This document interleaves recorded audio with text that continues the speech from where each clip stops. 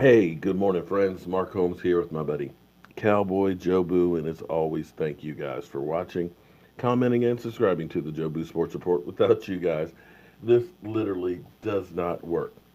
Man, we played the Eagles on Sunday, and Connor Williams doesn't look like he's going to be able to go. So we may have Armstrong starting at guard, who has yet to play an NFL game, against an Eagle team that's beginning to kind of get it together. And we play on the road where we're 0 3. Yeah, so there's that. I everybody gets a reputation on YouTube. You know, um, Okoye is known as the MythBuster. The Dak's not guilty, or excuse me, the Dez is not guilty. The Dak is guilty. That's his repertoire. You got Law Nation, who is, nothing but the best with that deep voice and stuff. You got Vosh Lombardi, who is the Jason Garrett coach guy. And you have me, who's known as DD, the Dak defender. I know. We all have what we're known for. But if you do not look at coaching and schemes that this team is running, then you're missing the boat. We had 2 weeks to prepare for the Tennessee Titans to play at home. Our head coach was at the World Series. Our head coach was at the World Series. And you can put the blame on Dak if you want.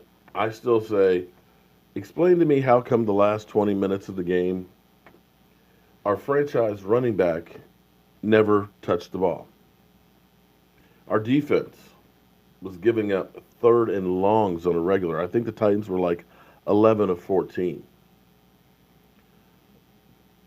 Penalties at the wrong times, penalties that weren't called, fumbled by Dak, missed field goals, missed passes.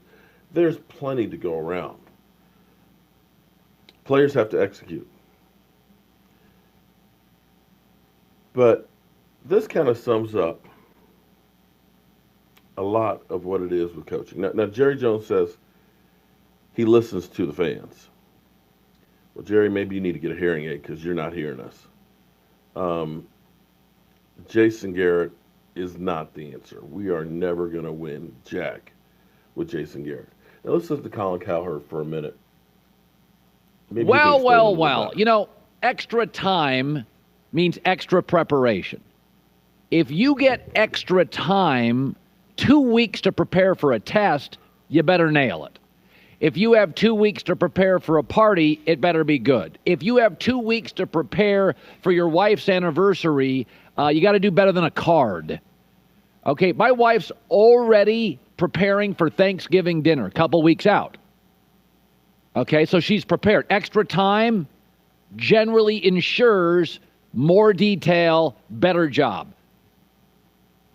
If what I watched last night was the Dallas Cowboys off a bye, they had 2 weeks to prepare, and that's what they gave me. That was like showing and inviting all your relatives over for Thanksgiving that you prepared 2 weeks for and walking out saying, hey, what do you guys want to do for dinner? Well, anybody got any ideas on dinner? Jason Garrett, that was awful. No juice. 2 weeks to prepare. 18 first downs off a bye. Under 300 yards total offense on a bye. 72 yards rushing on a bye.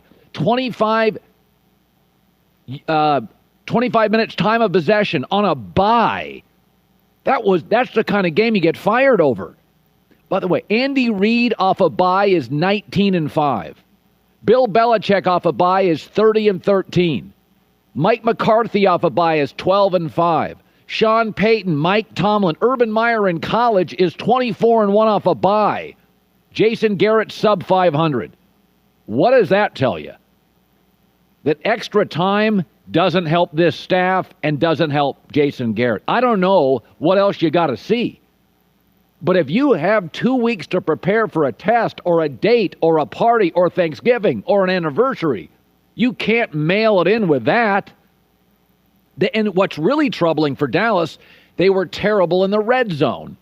Well, what is the red zone? Play calling, situational, execution. For the record, the Tennessee Titans were playing off a bye. Did you notice how great they were on third down? They were excellent. That's the best Marcus Mariota's ever been in a third down. Did you notice how good the Titans were in the red zone? 4 to 5 trips to touchdown. The only issues the Titans had last night are fumbles, and that has nothing to do with coaching. I mean, that was embarrassing.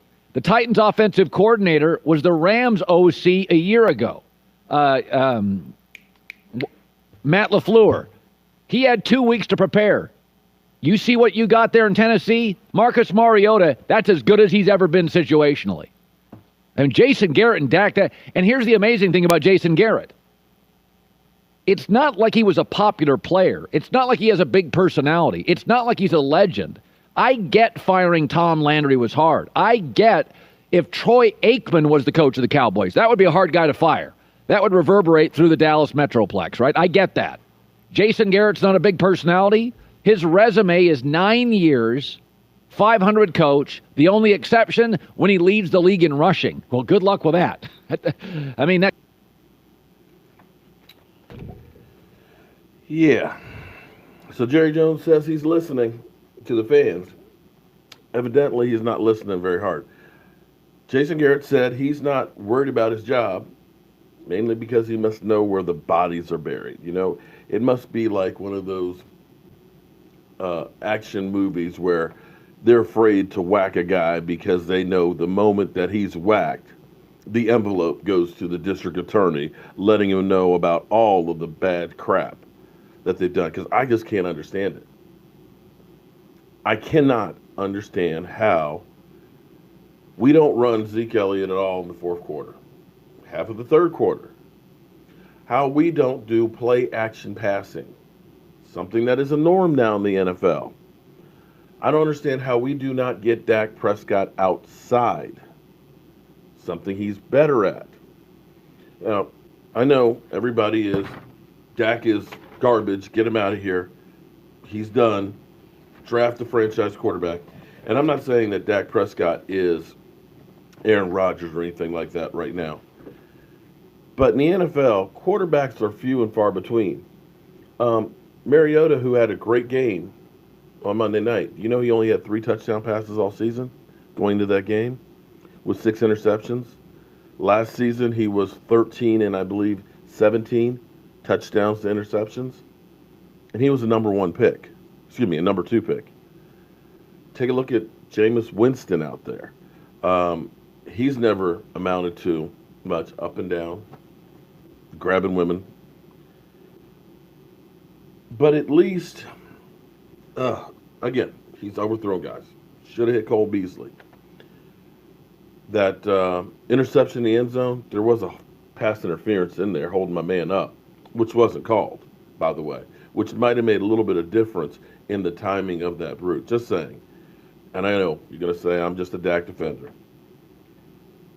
But if we were to get, let's say, 3,700 yards out of Dak and say 26 touchdowns and maybe 9 interceptions on the season, maybe like say a 97 QBR, that's not bad numbers, right?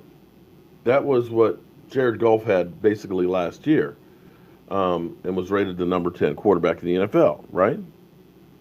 Would you be happy? Would you say he's a decent quarterback if he had that kind of numbers for a season? Especially handicapped by Jason Garrett and this offensive play calling. We're running stuff that's so antiquated that nobody even runs it, not even high school teams. I'm telling you, the counter trey, incredible play back in the 80s.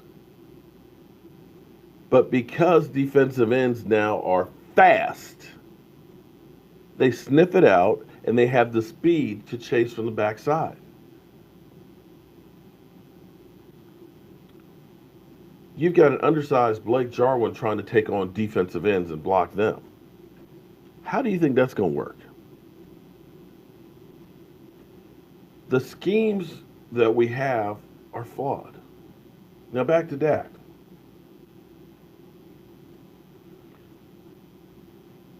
If first 3 games of the season were awful. And I'm not saying that the last 5 have been great, but they've been better than the first 3. Over the course of the last 5 games, 8 TDs, 3 interceptions, 232 yards a game, and a 97 QBR. Not saying that's enough. Not saying that that's enough. But with the receivers that we have, with the lack of a go-to guy in tight end, and make no mistake, the Titans took Cole Beasley. They double-teamed him all night. They said, we're going to make sure that Cole Beasley is not the guy. We're going to put everybody in the box and make sure that Zeke Elliott isn't the guy either. And we're not smart enough to do a little razzle-dazzle. We'll run right between the tackles every time where everybody knows we're going to run. You notice what the Titans were doing with Henry? They're using him as a decoy from time to time. They'd do a shuttle pass when everybody's keying on him. They'd fake it to him, run Mariota outside. They took things and ran with it. We, week after week after year, throughout the Jason Garrett era, have done the exact same thing. Now, you take those numbers for Dak Prescott that I gave you. Over the last 5 games, 8 TDs, 3 interceptions, 232 yards, 97 QBR. Multiply it out for a season, if that were his average for the season, 26 touchdowns, 64% completion rate, 9 interceptions, 37-plus yards. It's not bad. Compare that to Tony Romo's best season, 2014. 34 touchdowns, 9 interceptions, 3,700 yards. I don't know if he'll be the answer or not. I know he won't be the answer with this coaching staff. With this offense, he won't be. Maybe what it'll take is we get embarrassed by the Eagles. At this point, this is where I get flack, because this is where we were last year. I'm tired of Jason Garrett.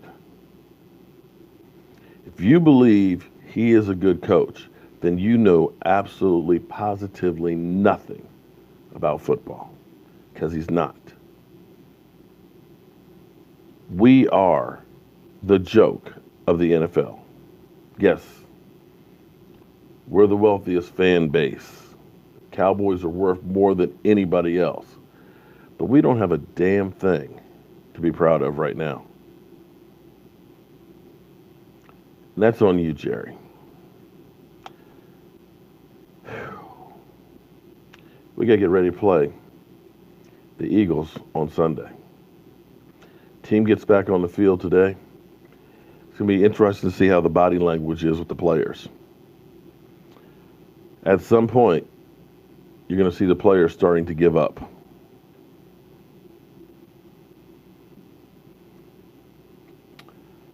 Well, I got to get to my day job. Unlike some people, I can get fired. I'll see you guys soon.